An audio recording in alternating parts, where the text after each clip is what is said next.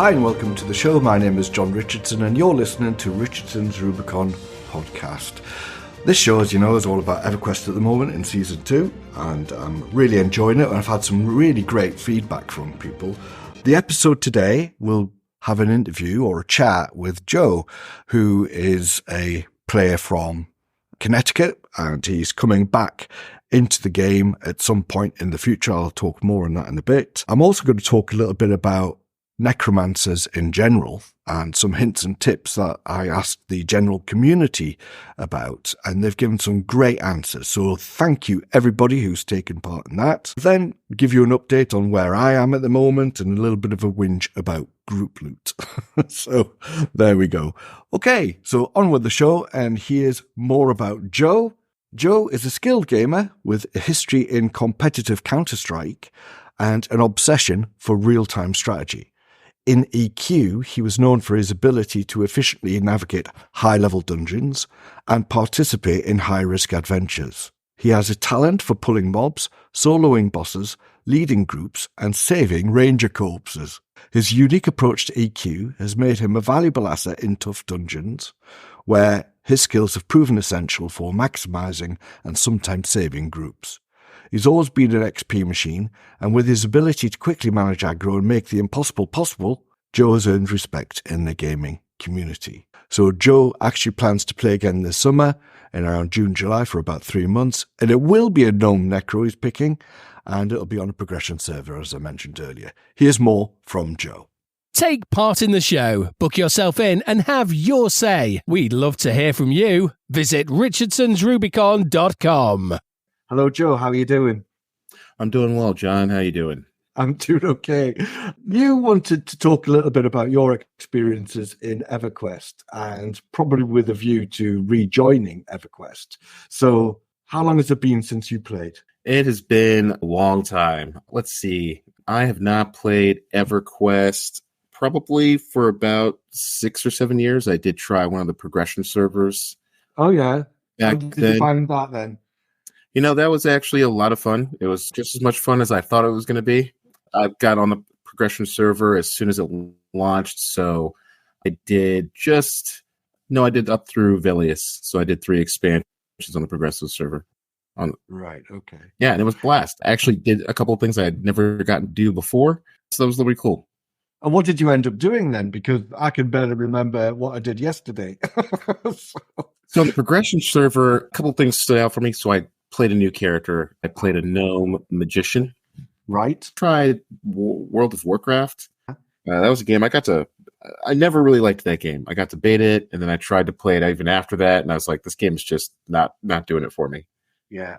You know, die with all your stuff in some graveyard, walk invincible all the way back to wherever you died. Right. Well, okay then. Yeah. Where is that the sounds challenge? rubbish. Even as you're saying it, I could tell you're just not liking it. Yeah, it's just. So I always thought how they handled death was one of the best things about the MMO. It really gave you it's what put the thrill there. You know, there's not the other ones just lack that thrill because there's no severe penalty. And oh man, remember hell levels? I mean, if you were in a hell level and you died and you could not get a resurrect spell from a cleric or Necro, 90% plus. Yeah. Yeah. I mean, it was crushing. You know, like I just lost like a week of experience. And that's a tough thing. So I liked how they handled death. I really liked the pliability of the game. There were just a lot of things that maybe it's not how the developers intended players to play it, but it was there without the game being completely broken. What do you mean by that exactly? So one example of that would be being able to, if you were, let's say you were in a high level group, right, and you're in a dungeon, and maybe you have a tank it's a tough dungeon, and one person holding all the aggro was really tough on your healer. One thing that you could do is kind of bounce aggro around. Yeah. Right. And I don't think that the developers had that as an original, intended idea. Like, hey, yeah, you're going to be in a group and you'll be able to correctly manage the aggro so that enough damage gets kind of dispersed amongst the group to where it's easy for everybody to for the healer to handle it, and you guys can, efficiently kill. But that's something you could definitely do in the game. I mean, it was, if you don't even need the right combination of characters. There's just a level of trickery almost to get it done. Yeah. I would say pulling mobs through walls or floors, that was always interesting. Right? Yeah. Maybe you had a mob that was above you a full floor, and you're like, we're not getting this key. Is there a way to get the target on that guy? Yeah. It's like, oh, yes, there is. Do you have somebody in your group with tracking? Oh, yes, you do? Great. Hey, listen, you cast a spell on them, and we have. Yeah. I mean, I remember there was a podcast, I can't remember, it was Return to EverQuest, it was called, right? And in one of the episodes, they were talking about gnome vision. And it was where basically they were using their gnome characters to peer through walls to see what was going on in the next room. Yeah. You go into especially if you do the crouch. Necros can do this when you're in your Twitch form with the Skelly. Right. So you can pretty much just kind of like see through walls and doors if you're close enough to them. It's some kind of, I would call that more on the glitch side, but yeah. Yeah. It happens. You're going to use it. I'm going to use it. The Z-axis, right? The Z-axis was never quite... I don't know. I guess there was just maybe a few. One of the ways I know that players used to exploit that is on certain camps, you get above the mob, and all of a sudden it can't attack you, and it can't climb up to you, and so you can just kind of take your time, whittle it down. Right. Sounds so there's just a lot of sounds like a spoil to me. Yeah, there's a lot of pliability to the game, and I think that was another thing that made people really get into it. Right. So other than sort of the pliabilities, what else did you enjoy? What is drawing you back, Joe? What makes you want to play again? I really liked the way they did items. I don't think I've never been a fan of the items that decay over use in games and then break if not repaired. Yeah. Never ever liked that. I was like, people have worked too hard to get this item in order to have it decay. Yeah. And, these games, EverQuest or, Diablo or World of Warcraft, EverQuest 2, any of them, right? It's all about the items. Like the items are what make your character for the most part. Yeah. And so having anything in the game where you can be, just through no fault of I guess you have to repair it. But that's more of a money sink, and I think it's a little bit lazy. Yeah. I thought natural attrition was good, where, people naturally left the game, and the items kind of removed from the game that way. I always thought the market was great until, was it Scars of Luclin? I think that was the name of that expansion, where they made the one market, like, here's the market everywhere, and you can just put your stuff on sale, and it's on sale permanently, and people just have to come up and click on your character to open your shop or something. That was, I think that was a step too far. I actually think that was mistaken in Clay, and it caused a lot of deflation. Yeah. Just too many of the same item in the area available at any time. I always liked the market that would happen in EQ tunnel or EC tunnel. EC tunnel, yeah. Right. That was always great. You got some barter, you got a real barter system in the game for a long time. Yeah. And rare items. Hey, I must admit, you can't. Well, you have to pay up. Yeah. There's only so many funky tunes. Super rare drop. I found the EC tunnel was quite a bit of a culture shock, right? Because I was from when Planes of Power came out, where they had the bazaar. That's my initial experience. So I always knew about the bazaar and going shopping there, and getting my bits from there. Right. It's like the convenience store down the street. That's right, yeah. But I never, it literally had everything, didn't it? And I thought, oh yeah, this is great. And that was a few years ago, obviously. And then coming back onto P99, and they've got the EC tunnel. And I remember people talking about the EC tunnel, saying, oh, it used to be brilliant and it was fantastic, and everything was much better then and everything. Well, I went along and I must have picked the wrong time to actually go to the tunnel because there was only like 20 people there and there was hardly anything for sale. So there was quite a limited availability of items. And of course, and you're talking about this is a time when you were on P99 and you went to EC Tunnel. Yeah, just now. Okay. I'm on P99 now. Yeah. So okay, yep. Yeah. So basically, I'm there, and it's like hardly anything going on. And of course, when I went on a more USA time zone, hundreds of people are in that tunnel.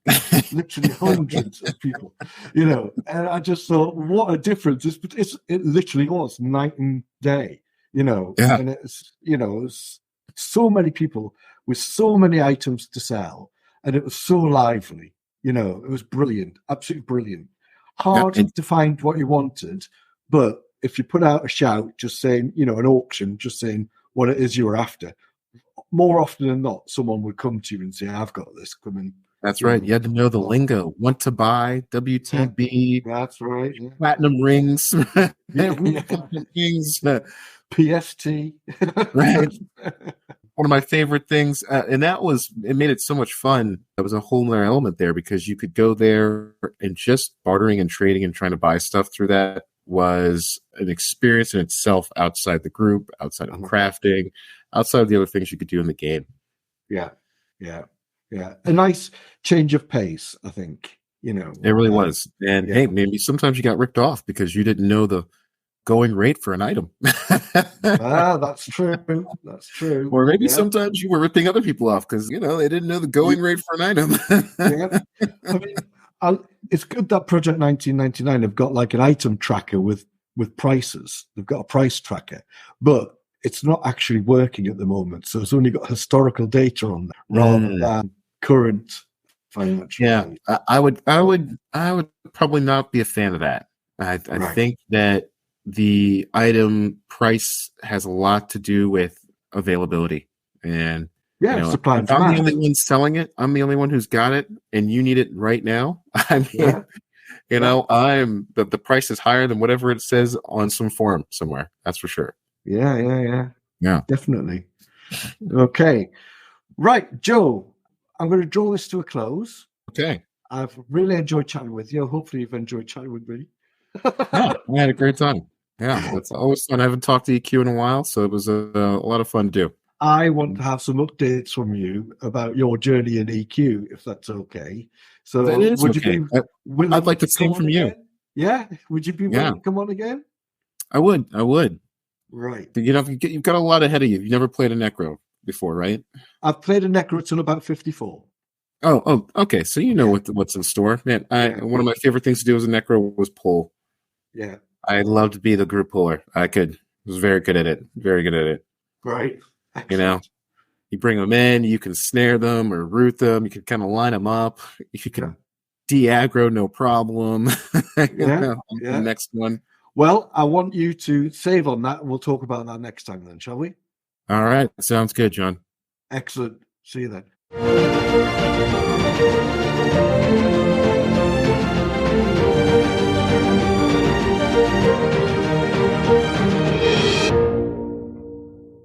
Thank you, Joe. That's fantastic. And the next part of the show is going to be really about the hints and tips for playing Necromancer within the game of EverQuest. This information was asked generally on Reddit, and I also asked information within the Project 99 forums. So via Reddit, it was stated the Ixar is a race preference, and that was the author Tassis Way. They suggested that Ixars are the best Necromancer race due to their racial benefits, particularly the Ixar regen and the bonus armor class. They also mentioned that being because kill on sight in most places as a Necro is not a significant drawback for Ixars. I kind of get that.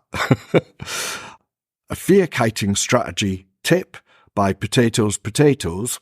They recommend using the regular fear spell instead of invoking fear when fear kiting, as the more frequent fear breaks can help in repositioning the mob to keep it within a safe zone.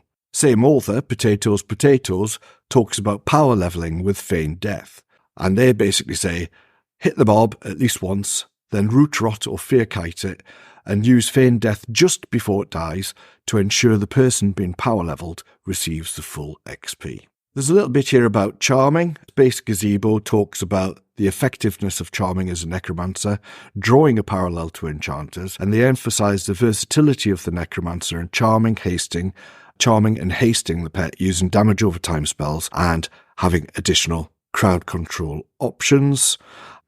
Someone else, basically Chaos1357, confesses to never charming an undead mob, citing the variable duration of the spell is not worth the increased damage, and Tia Sire responds, emphasising the efficiency aspect and the mana ratio in favour of other spells. Rossguy describes Necromancer as the best class in the game, capable of soloing, pulling, DPSing, and offering utility in groups and raids, and speculates that there might be fewer undead mobs and zones in the game after Velius due to the perceived overpowered nature of necromancers. So I basically did a quick comparison between the different races that could play a necromancer. So I'll start off with the gnome necromancer. The starting city gives a unique atmosphere for role-playing because it's technologically advanced. That's if you're into the role-playing. The small size, gnomes have a smaller hitbox, which can be advantageous in certain situations where size matters. And the starting stats, gnomes have balanced stats, making them well-rounded spellcasters. One of the considerations, though, is that there is no regen, so unlike Ixars, there is no natural health regeneration bonus, and this can be a drawback, especially during downtime between fights. Humans can be necromancers too. They would start in Kinos or Freeport, offering a variety of early game options and easier access to diverse zones. In terms of versatility, humans have no innate penalties or bonuses, making them a neutral choice, and they don't have any unique benefits, so I think it's vanilla if it was going human. There's no real point in it. Ixars, we've spoken about the natural regen, and that really does help, especially when you're converting hit points into mana, so that's really good. They get an arm class bonus as well, and they do have the kill on sight status, which is making them inherently evil. It can present certain challenges in certain areas, but it's manageable, I think. You've also got the Dark Elves, of course, and they make good necromancers for their racial benefit. Yeah, their racial benefits. So they've got innate infravision, which allows them to see in the dark without a light source, which is quite good. Additionally, they have good starting stats for a necromancer. They also start in the starting city of Neriak, which is a city known for its dark and sinister atmosphere, which fits the theme of a necromancer. So it depends on your personal preferences, your playstyle, and the specific benefits each race offers. Most people I've seen these days go Icky to get their regen, whereas some go gnomes.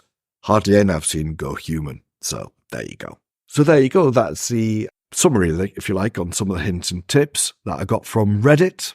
From the Project 99 forums, Toxygen says, Necros group heal really well. This is often overlooked by new players. You can also glitch through locked doors with clever use of Skelly Illusion, Stalking Probe, and Shadow Step. They also say, learn to love charming the undead early, and the best time to do this is at level 34. Go to Kisora, you can stay there till 40 plus, and get a piece for your HS key. Charm a mob, send it in, root everything else, break charm right before the pet dies, finish with a tap, charm another mob. Kisora is far more forgiving to learn charming tactics, and you'll be a master by the time you've hit City of Mists. Always have FD on your bar, always, and don't bother getting your epic, just get VP keyed and get a Drusk staff. So that's quite interesting. NJ Chanter basically says, being the puller in the group is the best role you can fill, assuming you can't charm. The only other thing you can do is twitch and heal. There's really nothing special about being the puller in an XP group because people don't split unless they're farming a named. Toxygen probably said all there is to say about Necros, really. Too many Necros use dots in groups for DPS, and this is stupid because mob don't live long enough, which is quite true.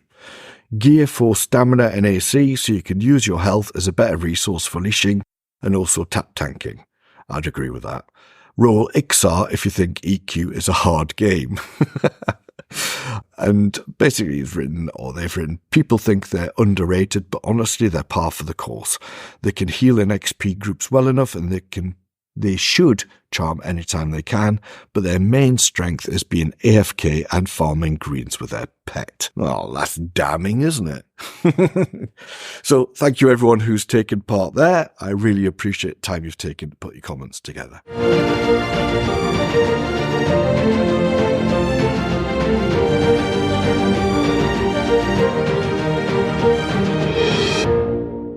A little bit about me. I've basically been in Unrest Estate, and that was great. I think I was on the first floor. That's what we would call it in the UK. In the States, you would call it the second floor where the fireplace is.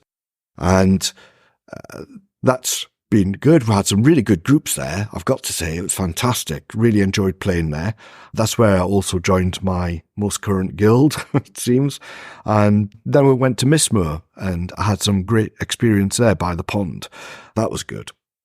But this also, because these were my first grouping experiences, really, led me to question what the current group loot etiquette was within the game. Because back in my day, it was just auto split, and it was need and greed, and then rolling on occasional items, and people just being polite and taking turns. But I noticed that in P99 Green, there seemed to be no set way of doing things, or someone just looted, and they looted everything, and no one said anything. And I guess that's got something to do with the fact that a lot of people have got, well, this is one of their many alts, for example, and they've got a very rich, main somewhere, or maybe more than one main, whatever. They're not that bothered about loot, or they don't consider that other people could be bothered about loot. I think that's the most important thing. They couldn't consider that other people are actually bothered about loot. And being desperately poor, I am bothered about loot. And I'm just going to put my hands up there and say, I really want the loot. That's what I want. Because I need to afford my spells. I don't have another way of making an income, and I need my loot. So I'm just going to be upfront about it. So I asked the question, saying, what are the rules these days? And Trox basically said the auto split will disproportionately give the looter all the higher level coin and disperse the lower level coin to everyone else. So most of the time, people just randomly loot all the coin when the split turned off, and if people do a decent job taking turns, they should do fine. Which is, that's fair enough. I think that's a good response. And I didn't know that auto split was broken. But that does explain why people were saying split off, and they weren't monks. Toxygen says, auto split sucks. If you're brand new, just loot as much as you can until people start saying something about the trash cache. Just apologise, say you're new, and basically have no money. And then one of three things will happen. They'll ask you to let other people loot corpses, or they'll say, just go at it and loot everything, or someone will feel bad and hook you up with some plat after the group is done. So, thank you very much for those hints and tips. I now know a bit more about how the looting system works on P99 and specifically Green, and I do appreciate all those hints and tips that people have given around the Necros. So, that's it for the show. I hope you enjoyed it, and please get in touch by whatever means. You know how to do it. Visit the website at richardsonsrubicon.com, and it points you in all sorts of directions on how to do that. Feel free to request to take part in the show. I'm all ears, as it say, and I'll see you next time. Cheers, bye.